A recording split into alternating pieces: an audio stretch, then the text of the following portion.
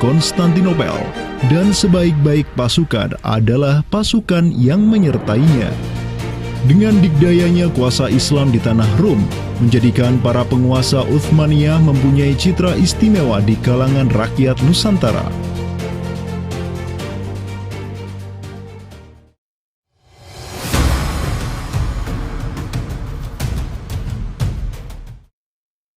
Namun demikian, dikala penaklukan demi penaklukan sedang digencarkan oleh tentara Islam mulai dari Rum sampai ke Nusantara, penaklukan yang sama juga digencarkan oleh tentara Kristen di ujung paling barat dunia Islam, Andalusia. Berbeda dengan penaklukan yang kaum muslimin lakukan, di mana penduduk asli suatu tempat diberi toleransi yang luar biasa atas agama dan properti mereka, tentara Kristen Portugis dan Spanyol menaklukkan wilayah Islam di Andalusia yang saat itu sudah terpecah menjadi Reyes de Taifas atau Mulukhut Tawaif atau kerajaan-kerajaan yang saling tercerai-berai.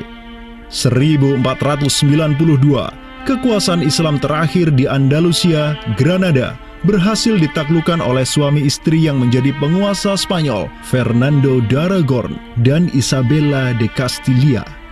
Penaklukan kembali wilayah Andalusia menjadi negara Kristen yang mereka sebut Reconquista telah menyebabkan populasi kaum muslimin di sana tersapu bersih, entah karena diusir, dimurtadkan, atau dibunuh.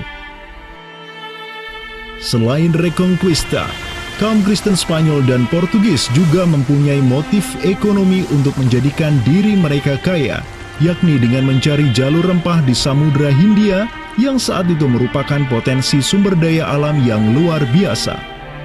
Program mereka untuk mencari rempah di Samudra Hindia mereka sebut sebagai Estado da India. Kita sering dengar dengan istilah 3G gitu kan. Glory, Gospel, dan Gold gitu kan.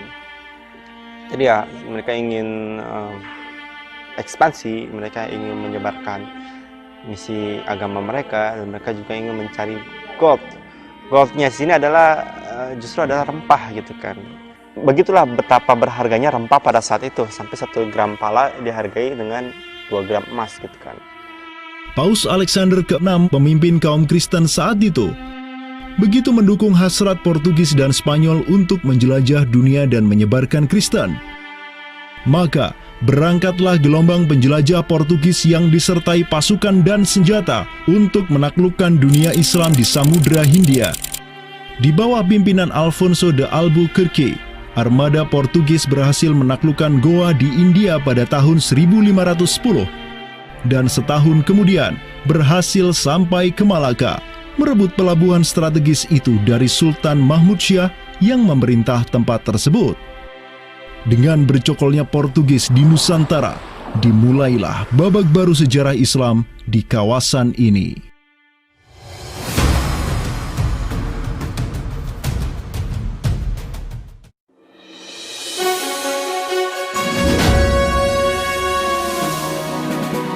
Sementara di Nusantara tengah berlangsung gejolak dengan hadirnya Portugis yang berpusat di Malaka.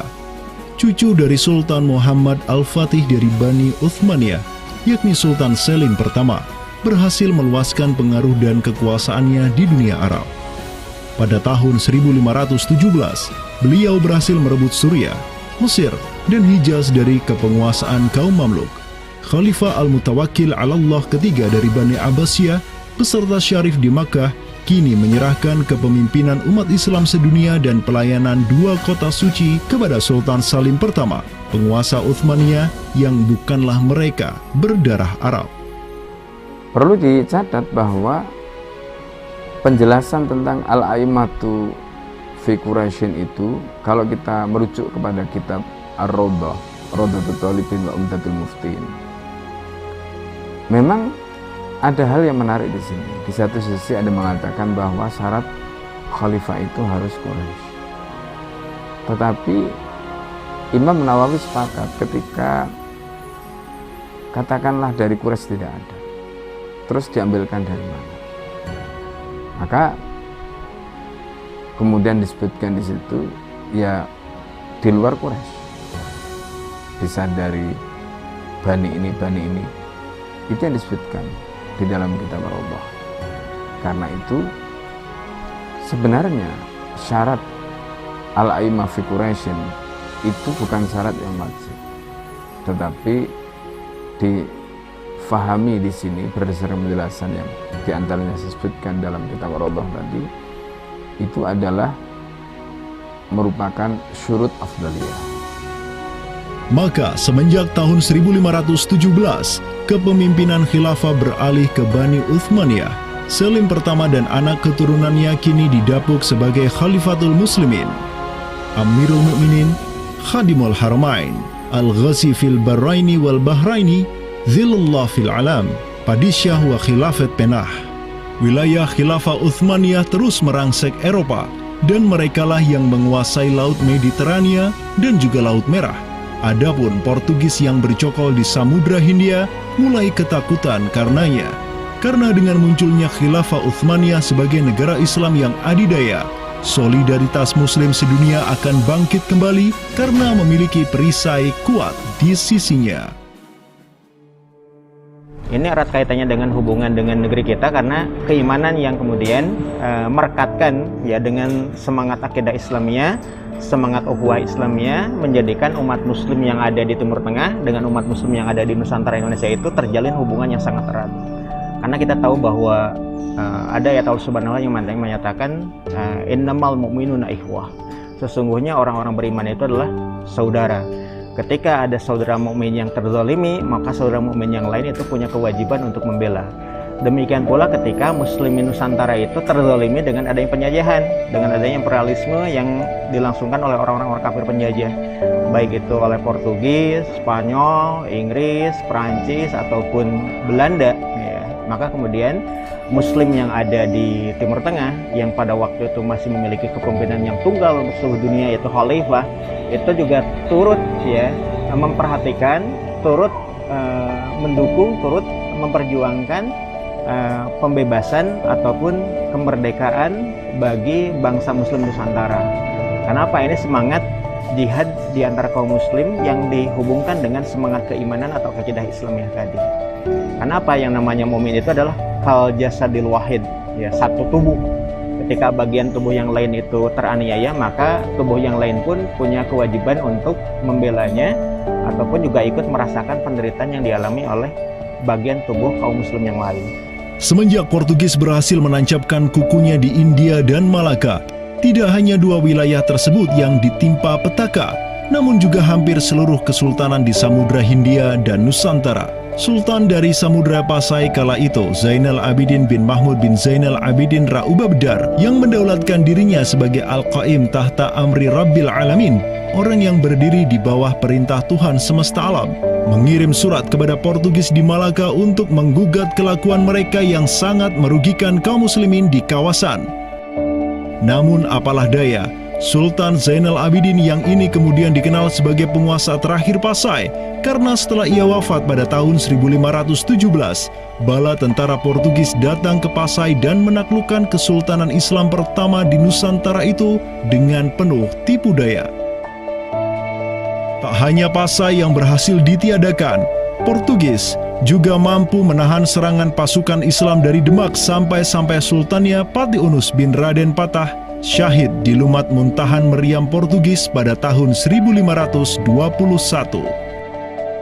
Dengan diplomasinya yang culas, Portugis juga menjalin kerjasama dengan kerajaan Pajajaran di Jawa Barat pada tahun 1522.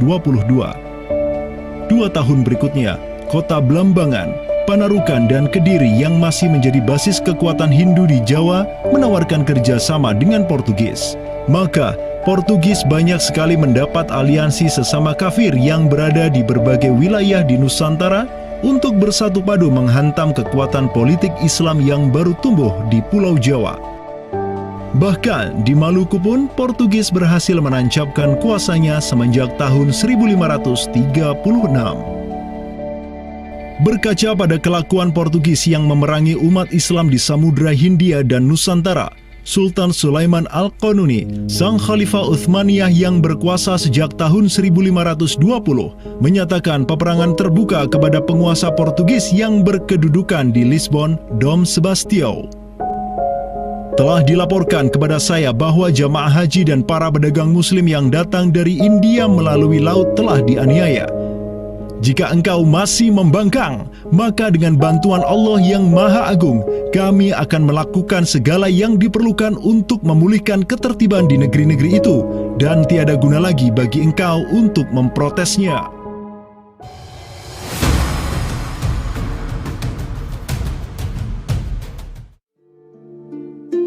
Penjaga kedaulatan Islam di Sumatera yang harum selama ratusan tahun, Samudra Pasai, kini sudah sirna di bawah kungkungan Portugis. Namun, harapan kemenangan itu masih ada. Karena tak lama setelah itu muncul kekuatan baru yang terbit di ujung utara Sumatera, Kesultanan Aceh. Kita mengetahui bahwa Sultan Aceh yang pertama adalah Sultan Ali Moghoyat Shah. Ya, beliau wafat tahun 1530. Dan ini merupakan masa yang bersamaan dengan Sultan Sulaiman Al-Qanuni dari Khilafah Utsmaniyah. Prestasi Sultan Ali Moghoyat Shah telah dicatat dengan tinta emas sejarah.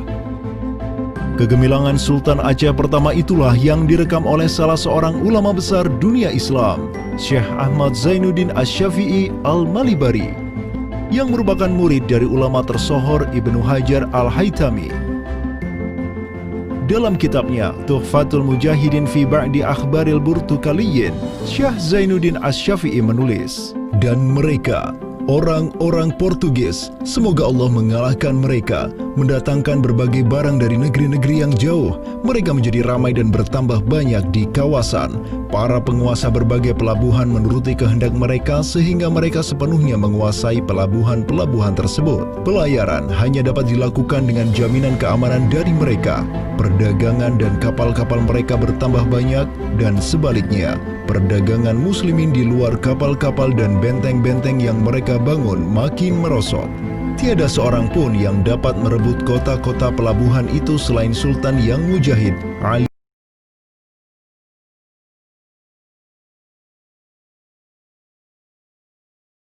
bukan Konstantinopel.